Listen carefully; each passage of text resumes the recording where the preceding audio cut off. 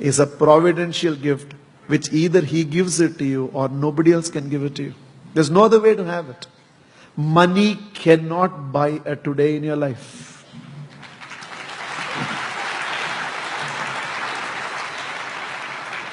A man who all his life saved his money, and right now he was having 50 crores of saving with him, decided now I'm going to enjoy my life.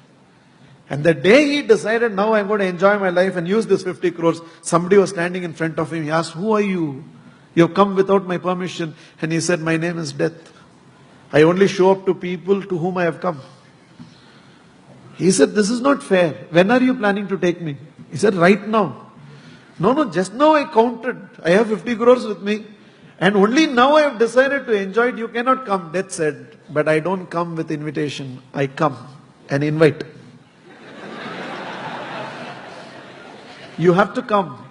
Man said, see, please, if you want, you take 25 crores. Give me at least 1 month of life. I will enjoy the remaining 25 crores and then come. Look at the mentality of man. Even on the threshold of death, he is willing to give only 25 crores, not pura 50 crores. So I'll give you 25 crores. Negotiation. Death said, I don't think you understand how I operate. I don't negotiate. Your time has come, I have to take. Man says, I will give you entire 50 crores here. Just give me 1 day in life.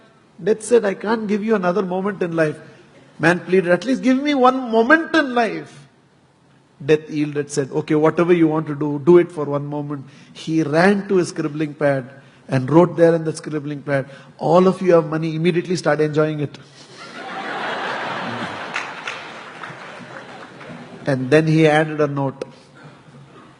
I just now realized, even with 50 crores, I could not buy 1 minute of life with it.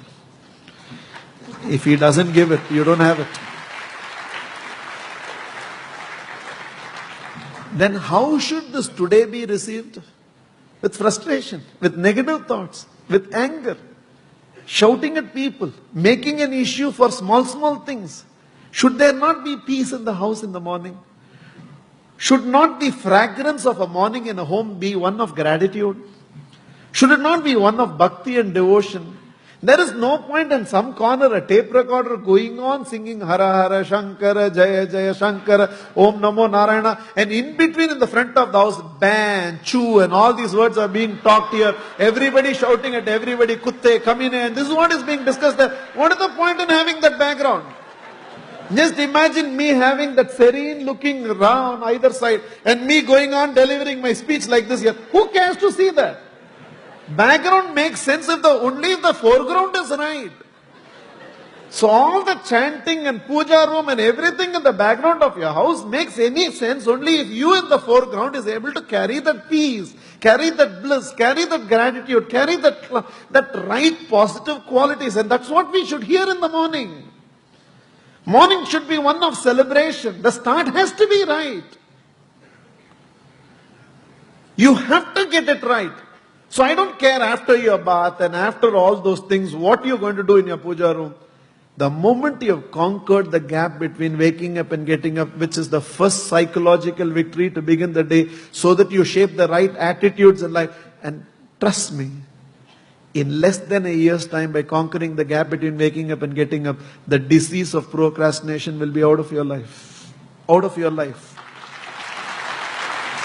Then it's no more a Kabir's Doha. What you have to do tomorrow, do it today, and what you have to do today, do it now. Now it's only a Doha. It will be a living reality through you. And the next instant, even before you brush your teeth, there has to be whispers of prayer. You learn it, teach it to your children, teach it to your loved ones, teach it to everybody whom you can empower. That the first thoughts have to be right. The first thoughts have to be one of gratitude. The first thoughts have to be one of prayerfulness. The first thoughts have to be one of faith. In whatever way you understand, you may not understand slokas, you may not understand. Arey yaar, why do you complicate in learning all those things which you don't understand? A child is crying. And the mother knows the child is crying because the child is hungry. The child is crying. And the mother knows this crying is because the child wants the nappy to be changed. The child is crying and the mother knows it is because the child is hungry. The child is crying and the mother knows it's because the child is feeling sleepy. The child is crying and the mother knows it's because the child has a stomach pain. Without using a single word, through crying, a mortal mother is able to understand the need of her child. Do you think that eternal Father will need all sophisticated words in our communication for him to understand us? I want to learn Rudram, I want to learn Sahasranamam, I want to learn this bhajan, I want to learn the complete version of Navkar Mantra. If you learn, wonderful. But if you don't, he understands your silence, he understands your words. For a minute, if the heart can beat in gratitude and say, thank you, God. If for a minute the heart can beat and say, I understand this day of mine is your gift unto me, my Lord, and the way I live this day will be my gift unto you. I'll make my day count.